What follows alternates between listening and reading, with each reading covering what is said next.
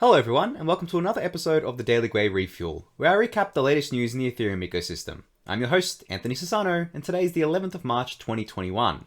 Right everyone, let's get right into it. So, Gitcoin Grants Round 9 is finally live. I did warn you all that I would be shilling the hell out of this when it went live because I really want you to all go and donate on here. So, for those who don't know, Gitcoin is a platform for basically funding open source work. And the Gitcoin Grants platform goes beyond that and basically lets you donate to this open source work, goes beyond bounties and things like that.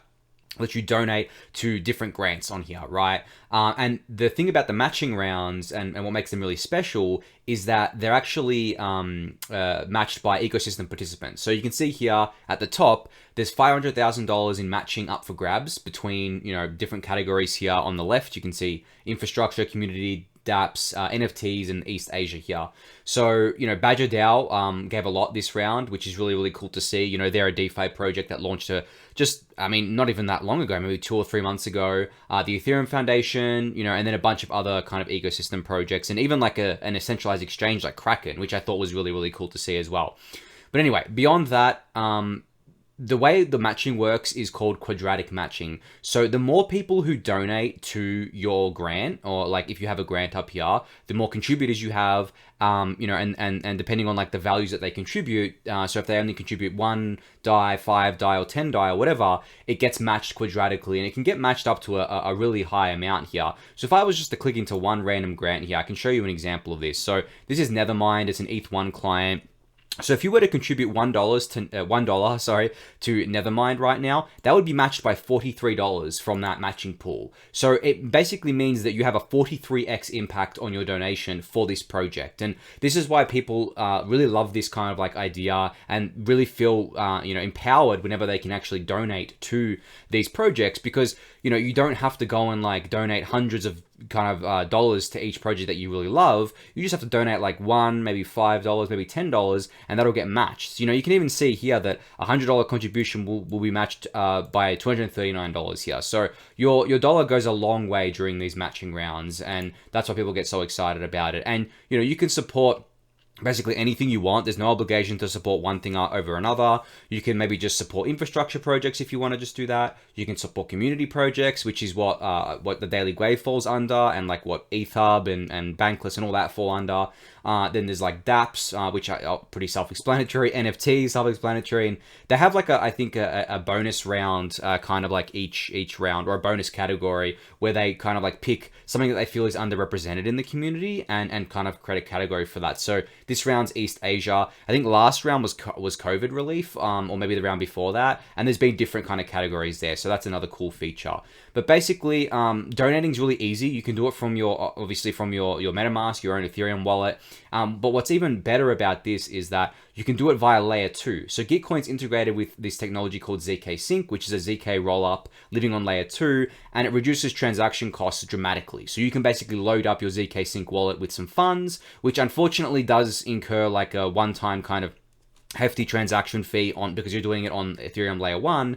But then from there, all your donations are like super cheap, and they go to the same wallet, and the kind of like grants, the grant owners can claim that money in the ZK Sync wallet, which is really, really cool. So yeah, I highly encourage you all to go and donate. Even if you can only give like 10 DAI, go give like 1 DAI to like a bunch of projects and it'll get matched. That's the power of this stuff. And of course, the Daily Gwei has a Gitcoin grant, and I would, it would mean the world to me if you donated, but you don't need to. There's no obligation. All the content is free and always will be. But if you do appreciate everything that I'm doing here, you can go donate to me on here.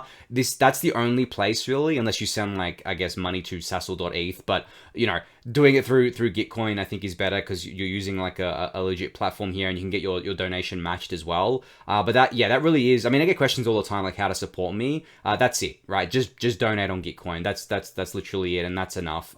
Outside of that, I don't want you guys just throwing whatever at me. I prefer to just keep it all free for you guys. So yeah, definitely go check that out, and don't just like stop at your favorite projects, right, that you already know. Definitely go have a look through all the grants and see projects and see what they're up to and see what they're doing. and donate to them as well if you think what they're doing is valuable, because there's a lot of things that like I in particular don't use, but I know what they're doing is valuable for a set of people, so I still donate to that. So don't just get caught up with the things that you're familiar with. Go check out other things as well. And on that note, I've got here actually a cart, what I call Sassel's Cart of Love, which is basically a collection of grants that I'm going to donate to this round. So there's 39 grants in here, and I've just basically curated this because these are the things that I either use or I think are valuable to the ecosystem. So if you're confused, you can go check out this collection. There's a bunch of other ones as well. I mean, I'm not the only one. There's plenty here. Like there's an NFT collection. There's token engineering. I mean, Ethereum State Media, which is a funny little collection actually, because it's got basically all the Ethereum media in one. So if you want to fund like the Daily Gwei, Ether, Bankless, all that sort of stuff, you can do that. Then yeah, I mean, there's collections for everything here. It's pretty dope. But yeah, I have 39 grants in mine, and the best thing about a collection is that you can donate to all of the grants at once. So you can add my collection to your cart and it'll donate to basically all of it at once. Actually, if I open it up again here, I can show you. But you don't have to do that, right? This is my view of it. Like I can remove grants from the cart, obviously, but you can basically just scroll through and add it to your own cart, and you don't have to add the whole collection. So you can add the whole collection to a cart here, or just scroll through and add individual ones. So, that might be better. Like, you might add the whole collection to the cart that has 39 grants in it, and maybe there's a grant that you don't want to fund in here, right? So definitely just check through what I've got here before like just clicking the add, donate to all button just in case. But I obviously have curated a pretty high quality list here that I actually think is kind of like worth donating to. I haven't just like chucked anything in here. But don't just limit yourself to this either. There's plenty of other grants on there that you can go and check out as well. But anyway, I will stop there. I've shilled it enough, but I will keep shilling it because I expect you all to go and donate if you can. Like, obviously you're not forced to, but if you can, as I said, you only need to spare a little bit of money because it'll get matched. And the more users Gitcoin has, the better, because it shows like the whole ecosystem, how much demand there is here for these sorts of things. So I always encourage people to use these tools. So yeah, definitely go check that out. So David Hoffman had a really interesting piece today in the Bankless newsletter called "The Digital Culture Revolution." So it's quite a bit of a read here. I can scroll down and like show you how long of a read it is, but very well worth it. He does have a summary at the top here. You can see basically the 7 key points that he's hit on here. Now, the reason I wanted to cover this piece is because I spoke about, maybe yesterday or on another refuel, about how the different generations in kind of like crypto are forming, right? And not just within crypto, within like the world, right? Because you have the boomers, right? You have the Gen X, you have millennials / Gen Y, you have Gen Z or Zoomers as they're known. And then it was a tweet that said like the last gen was like Generation E or Generation Ethereum, which I thought was really cool. And I think that might have inspired this article from David as well, because he kind of like hits on a lot of the points that I thought about too. But basically the gist is that people like me, the millennials, the Zoomers, I mean, I'm 28, so obviously millennial, we feel super disenfranchised with the old world, right? We don't have any of the wealth from the old world, all of the kind of like property and the stocks and everything, like all of that, if you look at the metrics, it's all owned by boomers and Gen X at the end of the day, majority boomers. And that's because the boomers were like the generation that came after the war, right? That's why they called the baby boomers, because there was like a lot of people had babies after the war because, obviously a lot of people died, but that happened, and they grew up, and they kind of like the economy recovered from there, and they got the spoils of that essentially, right? So and because of that, they've held on to that wealth, and now that they're old, right, they're very the older generations tend to be very kind of like conservative about things. They want to kind of hold on to the wealth that they've made, and I guess that's fair enough, but it leads to kind of perverse incentives where the older generations don't have the same kind of, I guess, goals for the future as the younger generations do. Obviously, because they're in a very different stage of their life. I mean, if you're 80 years old, right, you don't know what's going to happen in the next year, let alone the next 10 years. But if you're like 20 or 30, you can have a pretty good idea that, barring something bad happens, that you're gonna live and you're going to, keep, I guess, like doing what you're doing with it, whether it be your career or with your family or whatever. So there's like totally different kind of like incentives there of what to do. And that's why you typically see, the older generations will vote for like the more conservative party, right? Because they don't want things to change. Whereas the young people do want things to change, but they don't have the power to change things because they don't have the representation, right? They don't have the wealth. They're starting from essentially zero. And now we've gotten to a point where the inequality in the world is so bad. And I'm not going to go a lecture about this. I just think it's something to keep in mind, and is a big reason why I think crypto is taking off. Because crypto is a refuge, right? Ethereum, Bitcoin, whatever else is a refuge for people. And I think the number one reason why it is a refuge is because the older people don't understand it, right? They don't really understand technology. They just got, they were the late adopters for technology, right? For like smartphones and the internet in general and everything like that. Very late adopters. Whereas, the young people were the earliest adopters. And now, if you're born into the world right now, you basically grow up with like an iPad or something, right? Or a smartphone. And from the get-go, you are exposed to technology. And there's no in between. Like, you have to be exposed to technology because our world runs on it. Whether it be internet services or at school, right, or anything like that. So there's that. And then, because of that, like a lot of the early adopters to crypto, and we're still early adopters today, we're all young people as well. So this kind of, and in David's article here, he goes on about how this forms a new culture, right? And this is like a cultural kind of revolution, as he says, the digital culture revolution, where the young people, we don't have a say in the old world anymore. We can't change much there. The institutions in the old world don't serve us, right? We are not part of that kind of arena, but the digital ones do, right? Like, how many times can you just go into a Discord channel, right, of this kind of quote unquote institution, whether it be like a DAO or a DeFi app or whatever, start talking to people, become part of the community, buy some tokens and have a real voice, right? And be part of this kind of revolution that not many people are part of yet. We just don't have that option in the real world. And I think there's this dramatic kind of like, shift of wealth happening now where, the late stage adopters to this technology will again be the boomers, be Gen X and all that sort of stuff. And they'll come in later. But by that point, the technology would have gone mainstream already. So the early adopters this time, and I guess you could say that the people getting the most out of, I guess, the Ethereum economy and the crypto economy is going to be the young people. And, we all kind of know that on some level, right? There's jokes all the time on Twitter about it. They're like, it's funny because boomers are like the most demonized generation ever. And I don't think that's without reason. But at the same time, like, a lot of them aren't doing it like, I guess like on purpose. They didn't go out in the world and say, I'm going to get all the wealth and then I'm going to screw over the young people. It's just the way it happened and the circumstances. And obviously at this point, they don't want to give up that wealth and power. And to be fair, if I was that, I probably wouldn't want to give it up either because, I would think to myself, well, it's my wealth that I kind of like got over my lifetime. I deserve to keep it. Why should I have to like distribute it? Maybe I would think like that. I don't know. But because of that, there's that perverseness, right? And there's that kind of, David says in here, it's like learned helplessness where young people kind of feel like, well, I'm never going to be able to get a leg up in the world. I don't have any of the money. My wage is stagnant. I don't have any of the assets. They're all kind of like in this massive bubble. There's money printing going on, all this sort of stuff. And then you have the refuge in crypto. And that's why we're attracting so many young people into crypto right now, or at least one of the reasons.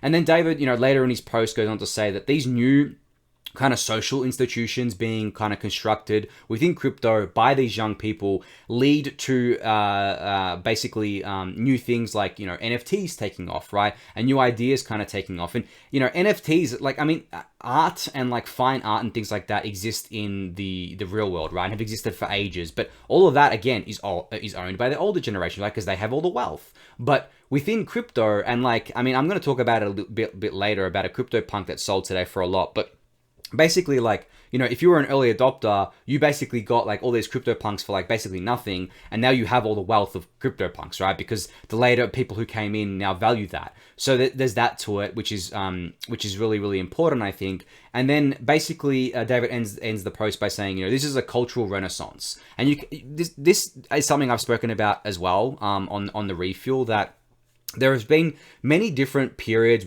throughout history, and I'm not a history expert. I won't be able to name them all, but there are specific periods throughout history where, you know, certain nation states were founded and formed, right? Or certain nation states fell, and it kind of changed the face of like the global, you know, economy, the global kind of social institutions, and kind of like, I guess to an extent, the global kind of wealth, right? And I think crypto is that, right? The cultural renaissance within crypto is going to absolutely change the world. Like, there's no doubt about it. And it is already having a big impact on the world. And I think Ethereum is definitely at the center of that, right? So yeah, I mean, I guess like I could go on about this for a long time. It's something that's dear to my heart. I know a lot to you as well, because I know that a lot of you watching this are probably on the younger side. So you definitely can like sympathize with what I'm saying here. But I highly recommend going and reading the whole piece. I mean, he's got a few funny memes in here, I think. And, you know, when I say funny, I mean like, you know, kind of dark way, because they're like memes about like depression and stuff, because he talks about how, you know, a lot of this kind of like learned helplessness from the younger generations that has put like the pressure that they feel from society has made like depression rates go up a lot, because they just feel kind of like stuck, right? You feel stuck and you don't know what to do. You don't know if life's ever going to get better. You're not looking forward to anything. And you just feel like helpless, right?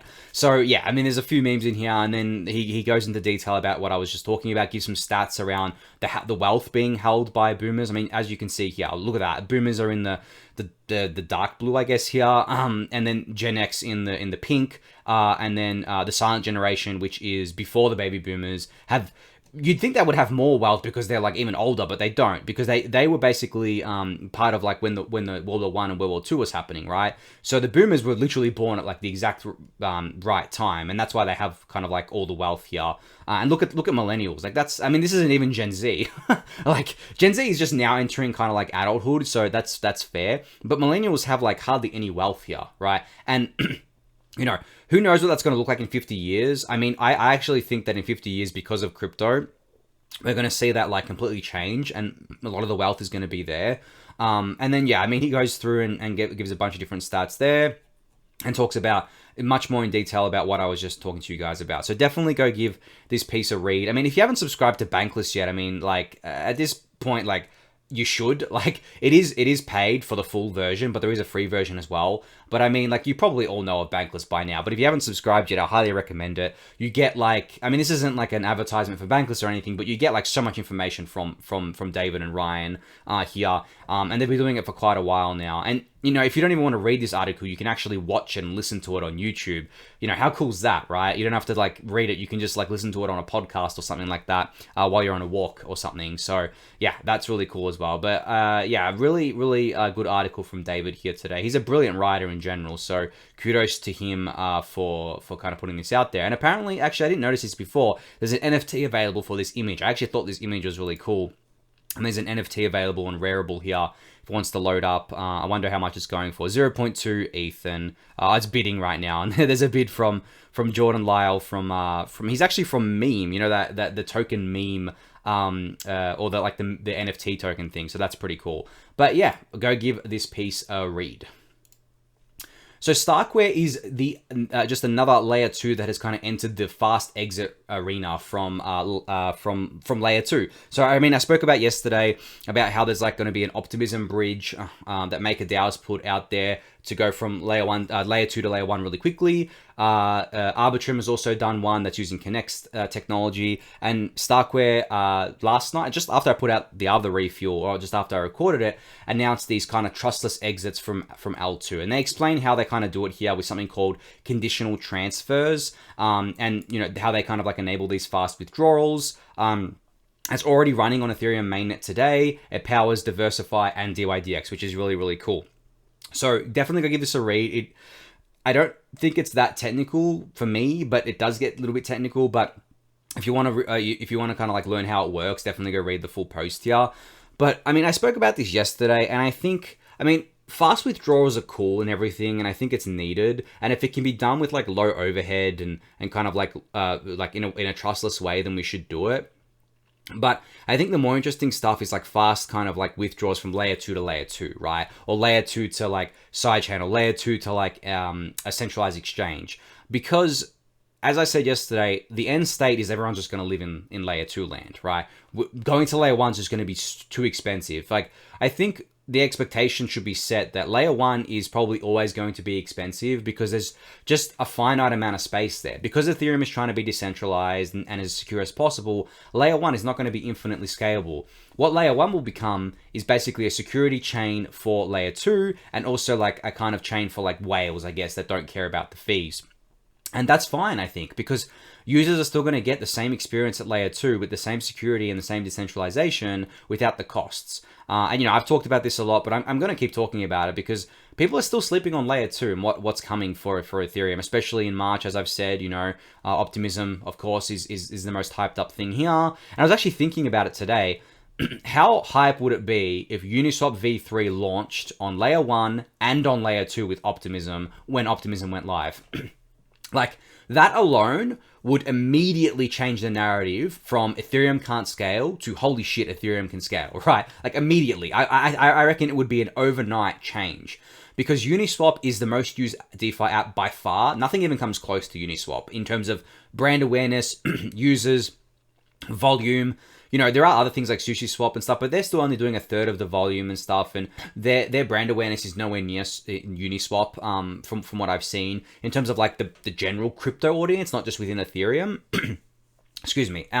So yeah, if that happened, overnight narrative change, and I think that would be extremely bullish for, Ethereum in general, and obviously like the ETH price, not financial advice there, but, I'm stacking ETH at all price levels because we just have not gotten to where we want to be yet. I mean, I wrote about this in the Daily Gwei newsletter today. The growth prospects here are just insane. Look how much growth we've had in DeFi just with layer 1 Ethereum, which is obviously high fees and unscalable right now. But when we do scale, just imagine the volumes that are going to come in, the kind of like TVL that we're going to see.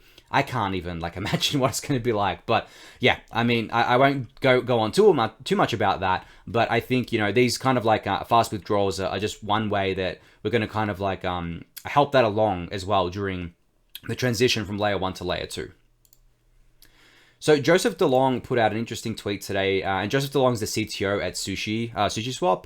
So basically he said, why does Ethereum attract so many prodigies? I've met enough brilliant people under 18 working in Ethereum protocols to see a pattern. I think it was mentioned in the comments, that it's because of Vitalik, right? Now, that's not saying that like Ethereum is centralized around Vitalik. It very much isn't. And I think Vitalik is actually like a backseat kind of, not driver, he's just sitting in the backseat at this point where he's working on ETH2 and stuff, but he doesn't really, I mean, he definitely doesn't control the chain or anything like that. He's just one voice, and I think that's very powerful. But I think he's still a leader, right? He's not a leader in the sense that what he says goes, but he's a leader in the sense that he's incredibly intelligent, right? He has incredible emotional intelligence on top of that. He has incredible leadership skills, which is just insane. And he is young himself, right? I think he turned 27 this year. So that, that's still very young. And when he founded Ethereum, he was very, very young. I mean, Ethereum's 6 years old. He was like 21 or something like that. And even before that, he was involved in Bitcoin. So in his teens. So that kind of story behind Vitalik and in his leadership and just his emotional intelligence where, you don't see him getting into like silly fights on Twitter like I do, right? You don't see him kind of like, trashing other projects in public. You just see him heads down building all the time, right? And I think that's very inspiring for young people. Young people always need, like, especially people in their teens, always need someone to look up to, right? They always want someone to kind of like inspire them and kind of like follow in their footsteps. And I think that's exactly what Vitalik is. But on top of that, and as I was just saying before, with regards to David's article, Ethereum is really ushering in this cultural renaissance, right? This cultural revolution where disenfranchised young people are able to come in, make their mark. Like there's a project called Rari Capital. I'm pretty sure all the devs are like in their teens still, right? I don't know if any of them are over 20. I'm pretty sure they aren't. And they're making a mark for themselves. Their project is worth like, I think $100+ million in market cap right now. They're building real products. I love following them on Twitter because I see them tweeting about like layer 2 stuff and they're so hungry to kind of get involved there. But they're not the only ones. There's so many young people building stuff in DeFi right now. And as Joseph says here, a lot of them are prodigies. A lot of them are extremely smart and they want to work on hard problems. Smart people don't like easy stuff, right? And that's why, so many people have stuck with Ethereum for so long, because it's hard. Decentralized scaling is hard. Decentralized finance is hard, right? Making sure it's secure, making sure that it's, it's scalable, it works, right? Getting these new ideas that no one even thought of, like flash loans, for example, was just incredible. Like just the concept of an AMM was coined by Vitalik, but Hayden Adams took it and ran with it, and then a lot of other teams did so as well. But they're all still working on improving it and everything like that. So, these are mostly young people. Not to say that there's not older people in the community that have made their mark, but so many young people. And that's what you want, right? You want the youngest and brightest people to come into the ecosystem and be the builders. And as Eric says here in reply, he says, this has pretty much been my entire investment thesis in ETH since 2014. I mean, this has been my entire investment thesis in ETH since early 2017, since I kind of discovered it. Because I saw the developer talent. I saw how many people were building on it. I saw like how many smart people were involved. And I was just like, holy crap, like this is the center of talent. Ethereum is an economic nexus, as I've talked about a lot, but is also a nexus for talent. And that is a major bull case for me when it comes to Ethereum. So yeah, thanks Joseph for putting this tweet out. It really got my brain kind of spinning here. So Nick Chong put out a tweet today saying, Roblox just closed its first trading session at a market cap of 38 billion. Now, for those who don't know, Roblox Corporation makes video games. Their most popular video game by far, which accounts for basically most of their market share, is called Roblox. And it's basically like a hybrid between Lego and Minecraft. And it's very, very popular with the younger crowd. But basically, it's, I get younger crowd being like early teens, I would say, or like even below that. Not like the people in their 20s, but maybe some play it as well. But anyway, and then he compared it to like the top Ethereum-based DeFi coins. And, Uniswap is obviously number one at 16 billion, but the rest of them are $5 billion or under. So you're telling me that a video game company that only has one successful game, right, that has made most of their money, mind you, it's very successful, but it's worth $38 billion. So it's worth more than a lot of these apps that are building the future financial system, right? Out of whack to me, like completely out of whack to me. So again, not financial advice, but this just screams to me like, what's going on here? This is either the market being like super inefficient, which I believe it is, or maybe we're all wrong about DeFi, which we aren't. Like, spoiler alert, we're not wrong about DeFi. And then he makes a joke here: the future of France versus a video game, which one wins? I mean, this is a meme. The future of France. It's like finance, but like some people said France, and it became a meme.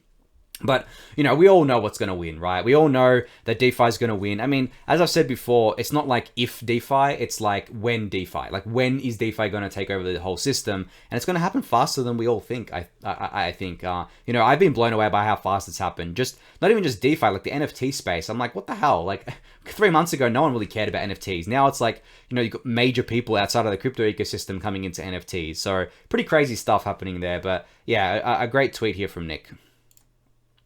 So Superfluid announced that they're a protocol basically for, I guess, like money streams. So like you might have heard of Sablia before.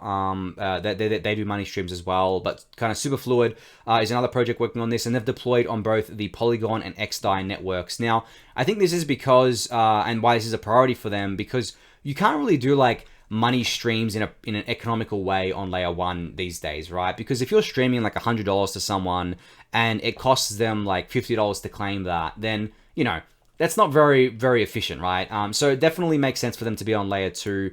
You can read about them here if you haven't heard of this project before, and read about what they're all doing and get involved and get building with it. There's a full kind of blog post here. It'll be linked in the description for you guys. But yeah, really cool to see that more projects are embracing kind of like a more scalable ecosystem here. So as I mentioned before, a very interesting sale happened today. So this CryptoPunk sold for $7.5 million. And I know what a lot of you are thinking. This is a huge bubble, right? This is ridiculous. Who would pay $7.5 million for a CryptoPunk? Well, this is one of the rarest CryptoPunks, if not the rarest. It's an alien punk. It's got a smoking a pipe. And I'm not going to go on about why CryptoPunks are valuable, because I've done that before. But what I did want to discuss about this was the story behind it. So this was sold by Figma's CEO, Dylan Field, I think his name is. And Figma is like a very popular design app where people can design, different things in there, like wireframe and stuff. Like some of you may have used it or heard of it before.